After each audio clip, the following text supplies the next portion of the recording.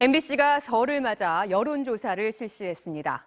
윤석열 대통령의 국정 운영 어떻게 생각하는지 물었더니 긍정적인 평가는 37.5%, 부정적인 평가는 54.8%로 최근 조사와 크게 다르지 않았습니다. 대통령과 나경원 전 의원의 갈등에 누구 책임이 크냐는 질문에는 윤 대통령의 책임이 더 크다는 답이 2배 가까이 많았습니다. 먼저 이기주 기자가 보도합니다. 윤석열 대통령이 국정 운영을 잘하고 있는지 물었습니다.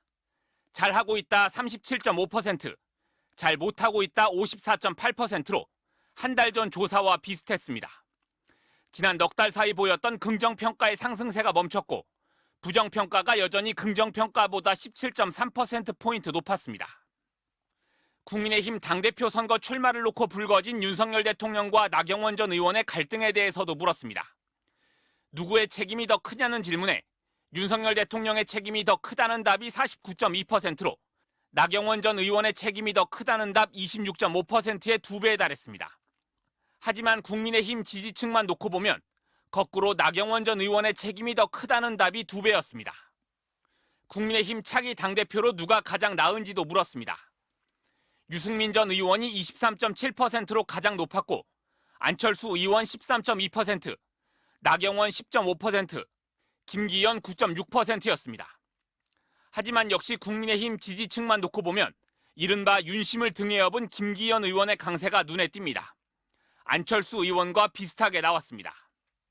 결선 투표를 가정해 가상 양자 대결도 물었습니다. 먼저 김기현 대 나경원. 전체 응답자들은 나경원 전 의원을 더 선호했지만 국민의힘 지지층만 놓고 보면 역시 결과가 뒤집혔습니다. 김기현 대 안철수 대결에서는 전체 응답자들은 물론 국민의힘 지지층 조사에서도 모두 안철수 의원을 답한 사람들이 더 많았습니다. 나경원 대 안철수 대결에서도 안철수 의원을 더 선호한다는 답이 전체 응답자는 물론 국민의힘 지지층에서도 더 많았습니다.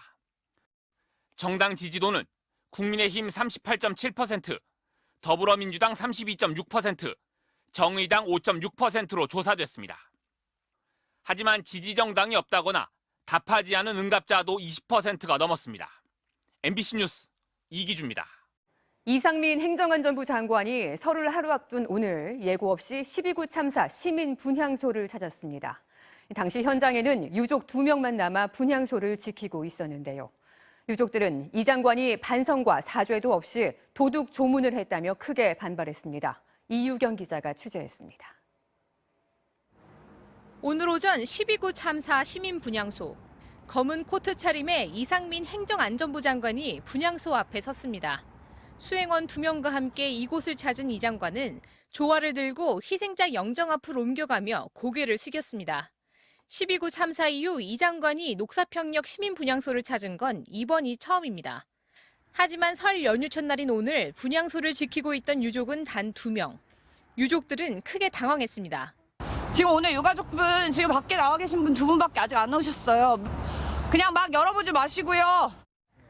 유족을 만난 이 장관은 고개를 숙였지만 싸늘한 반응이 돌아왔습니다. 어쨌든 이런 젊은 청년들을 잘 지켜주고 정부가 할 수 있는 일을 글쎄요. 뭘 하시는 건데. 1분가량 대화를 마친 이 장관은 곧바로 자리를 떴습니다. 사퇴하세요. 사퇴하세요. 책임지고. 사퇴하세요.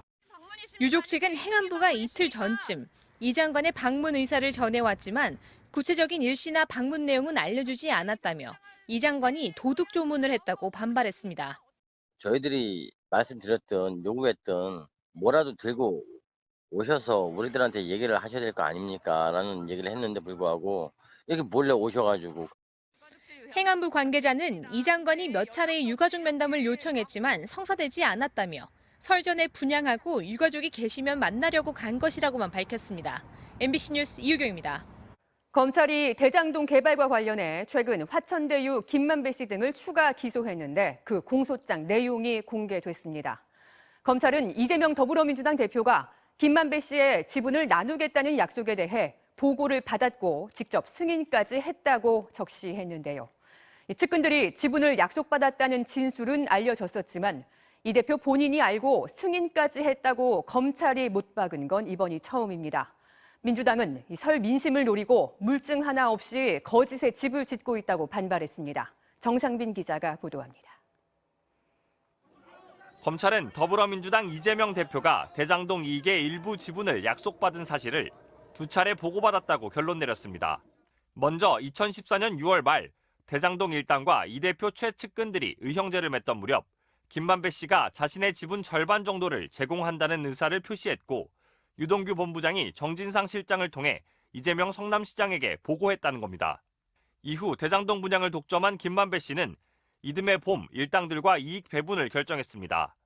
검찰은 배당 이익 49%를 챙기게 된 김 씨가 자신의 지분 절반가량을 주겠다, 금액이 확정되면 그대로 주겠다고 설명했고 역시 유동규 정진상을 거쳐 이 시장에게 보고돼 이번엔 승인을 받았다고 적시했습니다. 이 내용은 검찰이 성남시 내부 정보를 빼돌린 혐의로 대장동 일당들을 추가 기소하면서 법원에 제출한 공소장에 담겼습니다. 지분을 따져 계산한 428억 원을 정진상, 김용, 유동규가 함께 약속받았다는 게 이제까지 알려진 검찰 수사 내용이었습니다. 이재명 대표가 보고받고 승인까지 했다고 못 박은 건 이번이 처음입니다. 구체적인 일자나 장소, 물증에 대한 언급은 없었습니다. 보고 창구로 지목된 정진상 실장 측은 서류 한 장 없이 유동규 진술에만 의존한 주장이라고 일축했습니다. 민주당도 선별적 진술로 거짓의 집을 지어 정적을 제거하려 한다고 반발했습니다. 공소장 공개 시점에 대한 설전도 벌어졌습니다. 민주당은 설 민심 밥상에 괴소문을 뿌리려는 정략적 의도가 노골적이라고 비난했고 법무부는 여야 의원들의 제출 요구에 따라 통상 절차대로 기소 7일이 지난 뒤 공소장을 제출했을 뿐이라고 반박했습니다. MBC 뉴스 정상빈입니다. 이번에는 설 연휴 극장가로 가보겠습니다. 지난 연말부터 한 달 넘게 정상을 지켜온 아바타 물의 길의 독주에 제동이 걸렸습니다. 오랜만에 선보인 한국 영화 대작 두 편이 나란히 흥행을 이끌고 있는데요. 박소희 기자가 전해드립니다. 탈레반과 대면 협상을 하게 해주십시오. 연휴 극장가를 이끄는 주인공은 황정민과 현빈, 한국을 대표하는 두 스타입니다. 두 사람의 첫 만남으로 화제가 된 영화 교섭. 개봉 첫날부터 박스오피스 1위를 차지하며 36일 동안 독주를 이어온 아바타 물의 길을 제쳤습니다. 교섭은 아프간 무장단체에 납치된 한국인들을 구하기 위한 필사의 작전을 담고 있는데 2007년 실제 있었던 선교단 납치 사건을 바탕으로 했습니다. 제일 중요한 건 사람을 구해내야 된다는 건 누구보다 더 뜨거운 마음을 가지고 있는 친구예요. 그래서 그 부분에 대해서 저는 집중적으로 생각을 했죠. 어느 지점은 생각을 또 하게끔 만드는 영화인 것 같아요. 그래서 그런 지점들도 좋게 봐주셨으면 좋겠고. 그동안 잔잔한 감동을 주는 영화를 주로 선보여온 임술래 감독의 첫 액션 영화인데 임 감독은 국가의 역할과 존재의 의미를 되묻고 싶었다고 말합니다. 국가는 또 그들의 생명을 안전하게 보호할 의무가 있잖아요. 대한민국 국민의 생명의 소중함, 그런 부분에 포커스를 맞춘 영화입니다. 같은 날 개봉한 영화 유령도 첫날 박스오피스 2위를 차지하며 아바타의 발목을 잡았습니다. 1933년 일제강점기. 항일 조직 흑세단의 스파이인 유령을 색출해내기 위한 조선 총독부와 용의자들 간의 긴장감 넘치는 추리극이 펼쳐집니다. 배우 이한이, 박소담의 거침없는 액션으로도 호평을 받고 있습니다. 용과 호랑이가 싸우는 것 같은 느낌? 둘 다 벼랑 끝에 있는 그런 캐릭터들의 감정이 섞인 싸움이.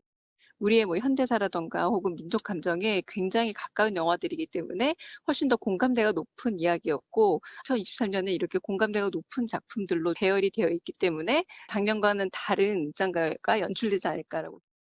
한국 영화의 선전에 아바타 물의 길은 4위까지 물러났지만 누적 관객 수 1,000만 명을 눈앞에 두고 있습니다. 아바타가 1,000만 관객을 넘어서면 올해 첫 1,000만 돌파를 기록한 영화가 됩니다. MBC 뉴스 박소희입니다.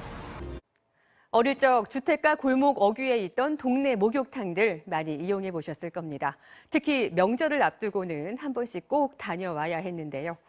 이 코로나19 여파에 공공요금 인상까지 맞물리면서 동네 목욕탕이 서서히 추억 속으로 사라지고 있습니다. 서창우 기자가 취재했습니다.